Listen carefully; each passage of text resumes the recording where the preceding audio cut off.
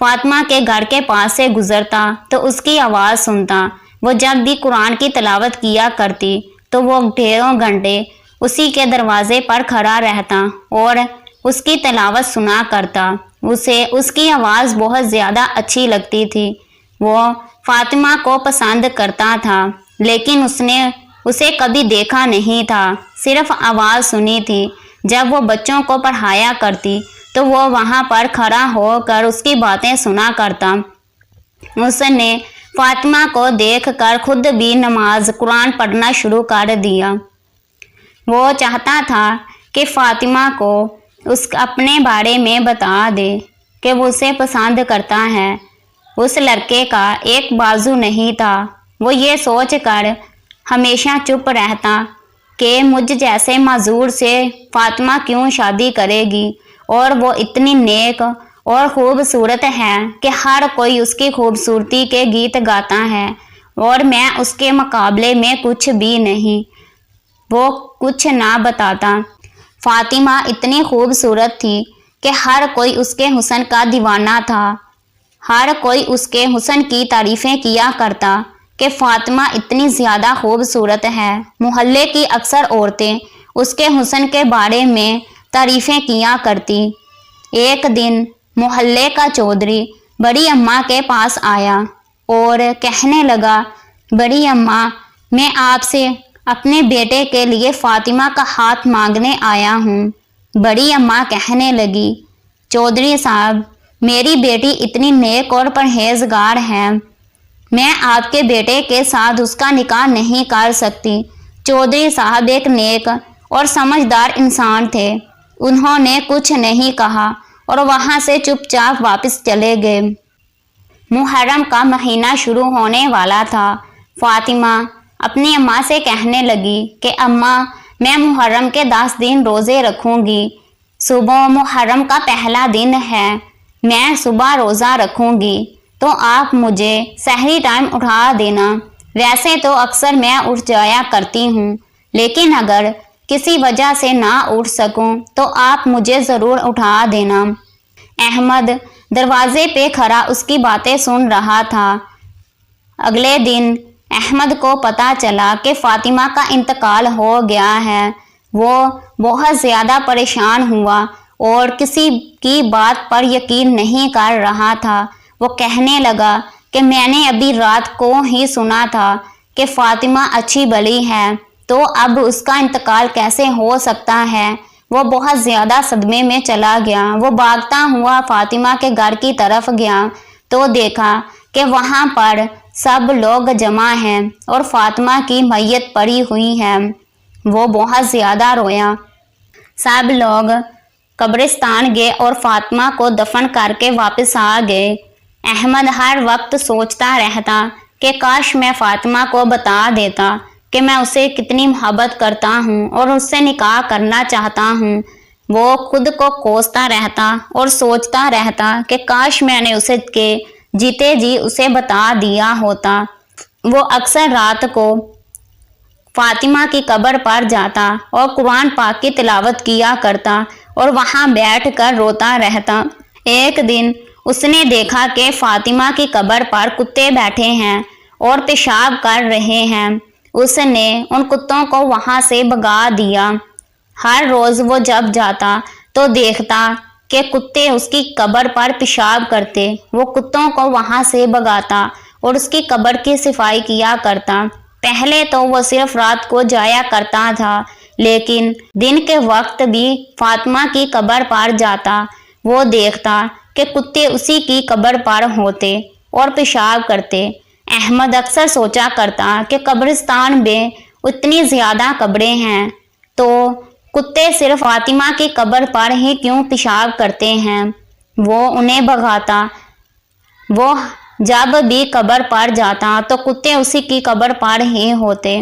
جب احمد فاطمہ کی قبر پر جاتا تو لوگ طرح طرح کی باتیں کیا کرتے کہ ان دونوں کے درمیان ضرور کوئی تعلق تھا، اسی لیے یہ اکثر اس کی قبر پر آتا ہے اور یہاں آ کر روتا رہتا ہے۔ اس نے بتایا سب کو کہ میں فاطمہ کو پسند ضرور کرتا تھا، لیکن میرا اس کے ساتھ کوئی تعلق نہیں تھا۔ وہ بہت ہی نیک اور معصوم لڑکی تھی۔ میں نے اسے کبھی نہیں بتایا کہ میں اسے پسند کرتا ہوں۔ فاطمہ کی قبر سے اتنی زیادہ بدبو آنے لگی کہ ہر کسی کو پتہ چل گیا کہ اس کی قبر پر کتے پیشاب کیا کرتے ہیں۔ یہ ایک بہت چھوٹا سا گاؤں تھا۔ بات جنگل میں آگ کی طرح ہر طرف پھیل گئی اور ہر کوئی عائشہ پر تہمتیں لگانے لگا کہ عائشہ خوبصورت تھی، ہو سکتا ہے کہ اس کا دوسرے لڑکوں کے ساتھ بھی چکر ہو، جس طرح احمد اس کی قبر پر آ کر بیٹھتا ہے، کیا پتہ کتنے لڑکوں کے ساتھ اس کا چکر تھا۔ ہر کوئی اس پر تہمتیں لگاتا۔ جو کل تک فاطمہ کی تعریفیں کرتے نہیں تھکا کرتے تھے، آج اس پر تہمتیں لگا رہے تھے اور بول رہے تھے کہ فاطمہ ایک بد کردار عورت تھی، اسی لیے اس کی قبر پر اتنا عذاب آیا ہے کہ اس کی قبر پر کتے آ کر پیشاب کرتے ہیں، ورنہ قبرستان میں تو اتنی زیادہ قبریں ہیں تو کسی کی قبر پر کتے کیوں نہیں آتے؟ صرف فاطمہ کی قبر پر ہی کتے کیوں آتے ہیں؟ ایک دن احمد جب فاطمہ کی قبر پر آیا تو دیکھا کہ اس کی قبر بھی پھٹ چکی ہے۔ اس نے قبر کو دوبارہ بنوایا۔ اگلے دن جب وہ دوبارہ آیا تو اس کی قبر پھر سے پھٹی ہوئی تھی اور اس پر کتے گند وغیرہ کر رہے تھے۔ اس نے کتوں کو وہاں سے بھگایا اور قبر کی صفائی کی اور اسے دوبارہ سے بنوایا۔ ہر روز گاؤں میں پنچایت بیٹھنے لگی اور فاطمہ کے بارے میں باتیں ہونے لگی کہ آخر فاطمہ پر ایسے عذاب کیوں آ رہا ہے۔ ہر کوئی جاننا چاہتا تھا کہ آخر فاطمہ کیسی عورت تھی اور اس کی قبر پر ایسا عذاب کیوں آ رہا ہے۔ ایک دن گاؤں میں پنچایت بیٹھی جس میں چودھری کا بیٹا بھی آیا تھا۔ اس کا بیٹا بہت ہی خوبصورت تھا اور بیرون ملک سے تعلیم حاصل کر کے آیا تھا۔ ہر کوئی اسے دیکھ رہا تھا اور احمد دل میں سوچنے لگا کہ کتنا خوبصورت ہے، اگر فاطمہ زندہ ہوتی تو اس کی جوڑی اسی کے ساتھ اچھی لگتی، کیونکہ جتنی فاطمہ خوبصورت تھی اتنا ہی یہ خوبصورت ہے۔ اگلے دن سب لوگ بڑی اماں کے گھر گئے اور جا کر فاطمہ کے بارے میں پوچھنے لگے کہ بڑی اماں، آخر فاطمہ ایسا کون سا گناہ کرتی تھی کہ جس کی وجہ سے اس کی قبر پر ایسے عذاب آ رہا ہے۔ بڑی اماں رونے لگیں اور کہنے لگیں کہ میری فاطمہ بہت نیک اور پرہیزگار تھی، اس نے تو آج تک کبھی کسی کو نہیں دیکھا، نہ ہی اسے کبھی کسی نے دیکھا تھا، تو پھر میری بیٹی پر عذاب کیوں آ سکتا ہے؟ سب لوگوں نے کہا کہ ہمیں فاطمہ کا کمرہ دکھائیں۔ بڑی اماں کہنے لگی کہ جب سے فاطمہ کا انتقال ہوا ہے میں اس کے کمرے میں دوبارہ نہیں گئی۔ جس دن فاطمہ کا انتقال ہوا تھا اس دن میں دوسرے کمرے میں سو رہی تھی اور صبح جب فاطمہ کو اٹھانے گئی تو دیکھا فاطمہ کا انتقال ہو چکا تھا۔ اس کے بعد آج تک میں اس کے کمرے میں نہیں گئی۔ سب لوگ فاطمہ کے کمرے میں گئے جہاں پر ایک بیڈ تھا، اس کے اوپر چادریں بچھی ہوئی تھی، ساتھ چھوٹا سا ٹیبل تھا جس میں کتابیں وغیرہ رکھی ہوئی تھیں۔ بس یہی چھوٹا سا کمرہ تھا۔ جب سب لوگوں نے ادھر ادھر دیکھا تو دیکھا کہ بیڈ کے نیچے ایک سونے کی چین پڑی ہوئی ہے جو بہت ہی قیمتی ہے۔ ان لوگوں میں ایک علی نام کا لڑکا تھا جو بہت ہی زیادہ سمجھدار تھا اور فاطمہ کا ہمسایہ تھا۔ اس کے بچے فاطمہ کے پاس قرآن پڑھنے آیا کرتے تھے اور وہ جانتا تھا کہ فاطمہ بہت ہی نیک اور پرہیزگار ہے، کیونکہ اس کے بچے اکثر جا کر گھر بتایا کرتے کہ آپی آج ہمیں نماز پڑھنے کا بول رہی تھی، قرآن پڑھنے کا بول رہی تھی۔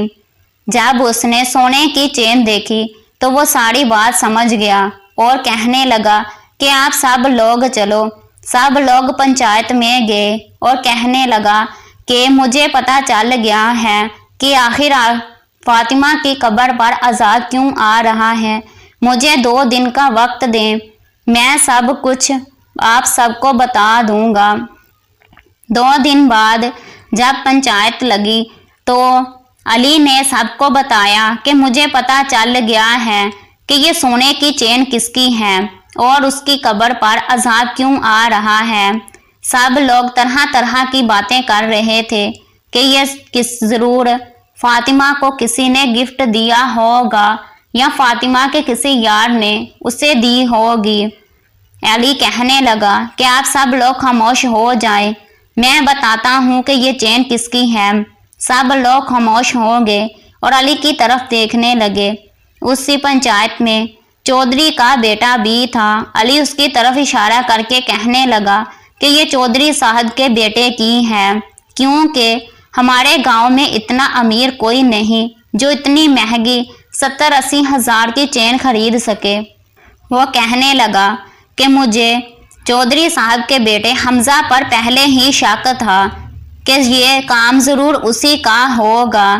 پھر میں نے گھر جا کر اپنے بچوں سے پوچھا کہ آپ کی آپی فاطمہ کیا کرتی تھی۔ کبھی بھی جامعہ آتے یا جاتے وقت حمزہ کے ساتھ کوئی اس کی بات ہوئی تو بچوں نے بتایا کہ ایک دن حمزہ اسے راستے میں روک کر بول رہا تھا کہ مجھ سے نکاح کر لو ورنہ میں تمہاری زندگی برباد کر دوں گا۔ لیکن آپی کہنے لگی کہ تم اتنے امیر ہو لیکن تمہاری کوئی عزت نہیں، تم بہت ہی بدتمیز اور مغرور انسان ہو، میں تم سے کبھی بھی شادی نہیں کروں گی۔ جب علی نے بتایا تو سب لوگ چودھری کے بیٹے کی طرف دیکھنے لگے اور پوچھنے لگے کیا یہ سچ ہے؟ چودھری کا بیٹا ایک بہت ہی غصے والا لڑکا تھا، تو وہ کہنے لگا کہ ہاں، میں فاطمہ کو ملا تھا اور میں نے اسے شادی کا بولا تو اس نے میری بہت زیادہ بےعزتی کی، جس کی وجہ سے میں اس سے بدلہ لینا چاہتا تھا۔ اس دن میں فاطمہ کے گھر گیا، میں اس کی عزت خراب کرنا چاہتا تھا، اس لیے جب میں نے دیکھا کہ بڑی اماں دوسرے کمرے میں سو رہی ہیں تو میں دیوار پھلانگ کر فاطمہ کے کمرے میں چلا گیا۔ میں جب کمرے میں گیا تو فاطمہ ڈر گئی، میں اس کی عزت خراب کرنا چاہتا تھا لیکن فاطمہ سجدے میں چلی گئی، جس کی وجہ سے میری یہ چین میرے گلے کا پھندا بن گئی۔ میں نے بڑی مشکل سے اسے اتارا اور بیڈ کے نیچے پھینک دیا۔ میں نے اس ڈر سے کہ فاطمہ کہیں باہر محلے میں مجھے بدنام نہ کر دے، فاطمہ کا گلا گھونٹ کر اسے مار دیا اور وہاں سے بھاگ گیا۔ اگلے دن میں نے کچھ کتوں کو منگوایا اور انہیں ٹریننگ دی اور وہ اکثر فاطمہ کی قبر پر جاتے اور اس پر پیشاب کیا کرتے تاکہ فاطمہ کی عزت خراب ہو اور وہ بدنام ہو جائے۔ اسی لیے میں نے سب کچھ کیا۔ وہ لڑکا احمد، اس نے جس قدر ہو سکتا تھا حمزہ کو مارا اور اسے بہت زیادہ برا بھلا کہا۔ ہر کوئی کہنے لگا کہ اس کو پھانسی دے دی جائے، کوئی کہنے لگا کہ یہ معصوم ہے، اسے معاف کر دیا جائے۔ سب لوگوں کے مشورے پر آخر یہ فیصلہ ہوا کہ حمزہ کی شادی محلے کی سب سے غریب لڑکی کے ساتھ کی جائے تاکہ اس کی ہوش ٹھکانے آئے اور یہ محلے میں غریب مزدوروں کے ساتھ کام کیا کرے، اور اگر یہ اس لڑکی کے ساتھ ذرا بھی تکلیف پہنچائے تو اسے پھانسی دے دی جائے۔ علی اپنی غلطی پر بہت زیادہ شرمندہ تھا، اس لیے اس نے اس لڑکی سے شادی کر لی اور غریب مزدوروں کے ساتھ کام کرنے لگا۔ حمزہ کی شادی فاطمہ کی دوست عائشہ کے ساتھ ہوئی تھی، جو اس کی بچپن کی دوست تھی۔ وہ بھی بہت نیک اور پرہیزگار تھی، اس لیے حمزہ بھی بہت جلد اس کے رنگ میں ڈھل گیا اور اس کی طرح نمازی اور پرہیزگار ہو گیا۔ اور اپنی گناہوں کی رو رو کر معافی مانگنے لگا اور استغفار کرنے لگا۔